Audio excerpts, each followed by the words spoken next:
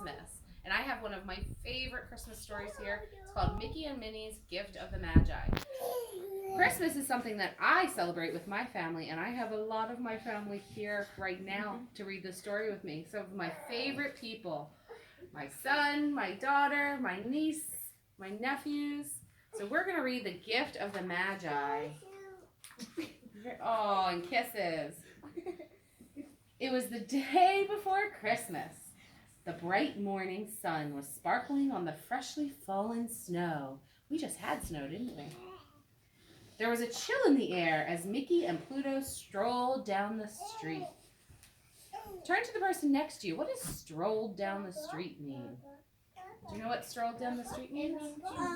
Maybe it means like you're walking down the street like kind of like this. Very good. Mickey's coat was not warm enough. His Christmas tree was not large enough. And his pockets were as empty as the stockings soon to be hung in homes all over town. But Mickey happily played music on his harmonica. Well, one time I had a harmonica and it was orange, but now it's gone. Can you tell me what a harmonica is? How did you play it? It's a musical instrument. What did it sound like? It sounds like this. Very good. Thank you for sharing. Like this?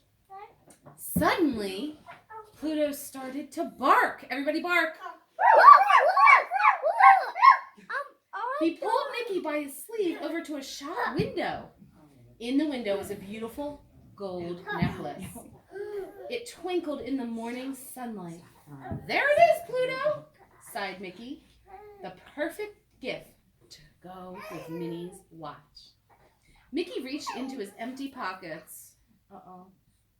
Oh, I'm a little short right now, but you and I are going to make lots of tips today. Aren't we, fella? Said Mickey hopefully. Pluto looked doubtful.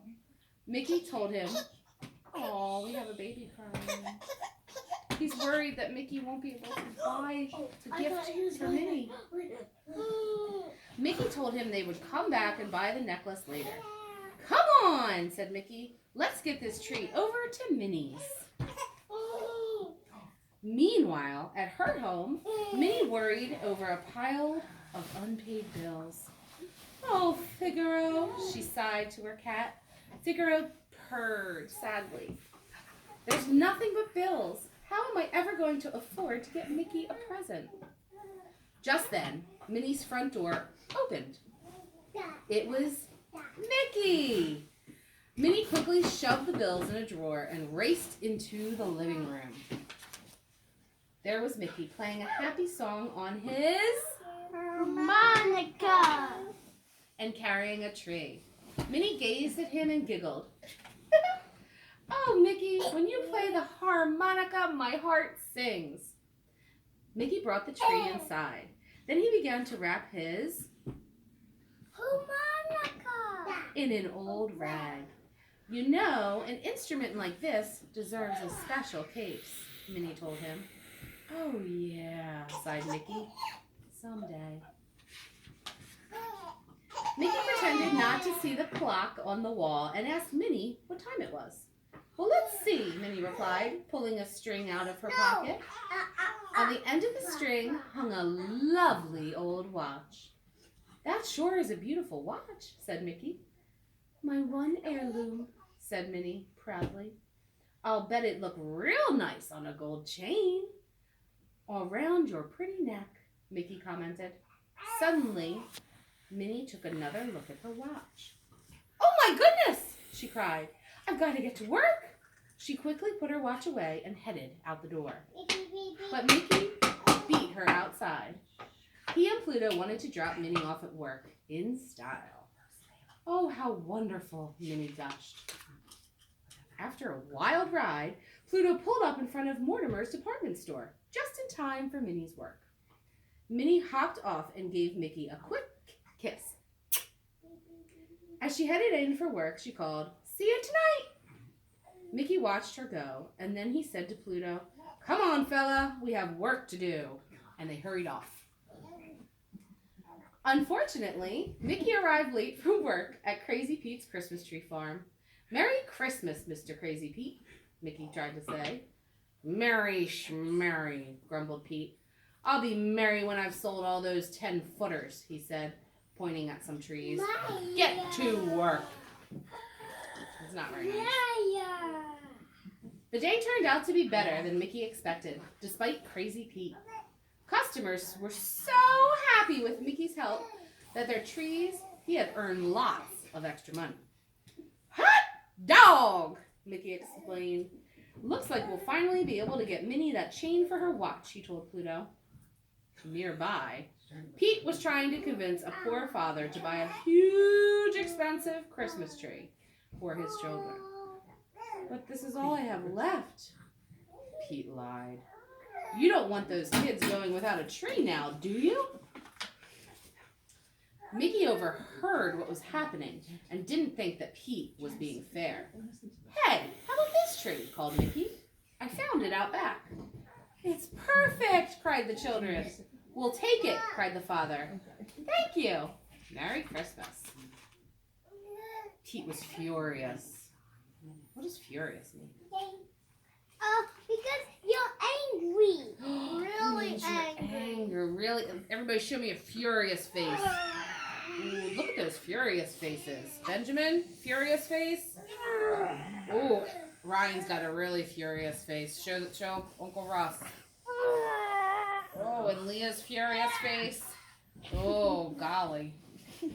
He growled at Mickey. "I'm taking what I would have made off that tree out of your pay." Then he grabbed all of Mickey's money. But, I began Mickey. "Now get out of my sight," roared Pete, tossing Mickey and Pluto headfirst into the snow. Pete laughed as Mickey and Pluto left. He thought he had outsmarted them. But he didn't notice that he put his lit cigar in the same pocket as the money. Before Pete knew it, his clothes had caught fire, and Pete's Christmas trees also caught fire. That's not very good. When the firefighters arrived, Crazy Pete's Christmas tree farm was completely up in flames. At Mortimer's, Minnie had wrapped many more Christmas gifts than usual that day. "Who made you Santa's #1 helper?" Daisy joked to Minnie. "I really want to get Mickey something special this year," Minnie exclaimed. "Without that Christmas bonus, I'm sunk." Suddenly the phone rang, and Daisy answered it. It was the boss, asking Minnie to come to his office. "Your hard work is about to pay off," Mr. Mortimer said, handing her a present. "A fruitcake?" Minnie exclaimed, surprised. She tried to hide her disappointment. "No need to thank me," replied Mr. Mortimer. "Now scoot along." Minnie left Mr. Mortimer's office. "Oh, Mickey," she sighed. "How am I ever going to get a present now?" Meanwhile, Mickey sat in the park and played his harmonica. He had lost his job and his money. How could he pay for Minnie's present now? He hoped his music might spark an idea. Pluto sadly howled along. But Pete had ruined more than just Mickey's Christmas this year.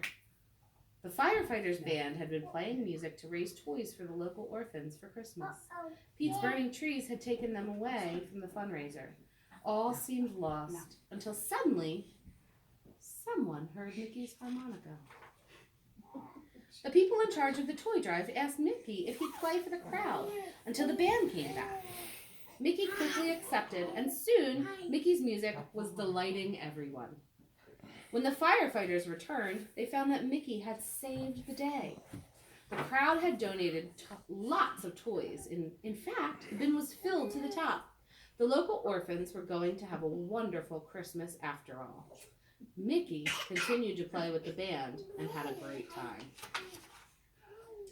"You and that harmonica sure make a great team," the fire chief told Mickey. "Yep," agreed Mickey. "She's worth her weight in gold, all right." Suddenly, Mickey's eyes lit up. He had an idea. What do you think that idea was? Think in your head for a moment. I Oh, in your head first.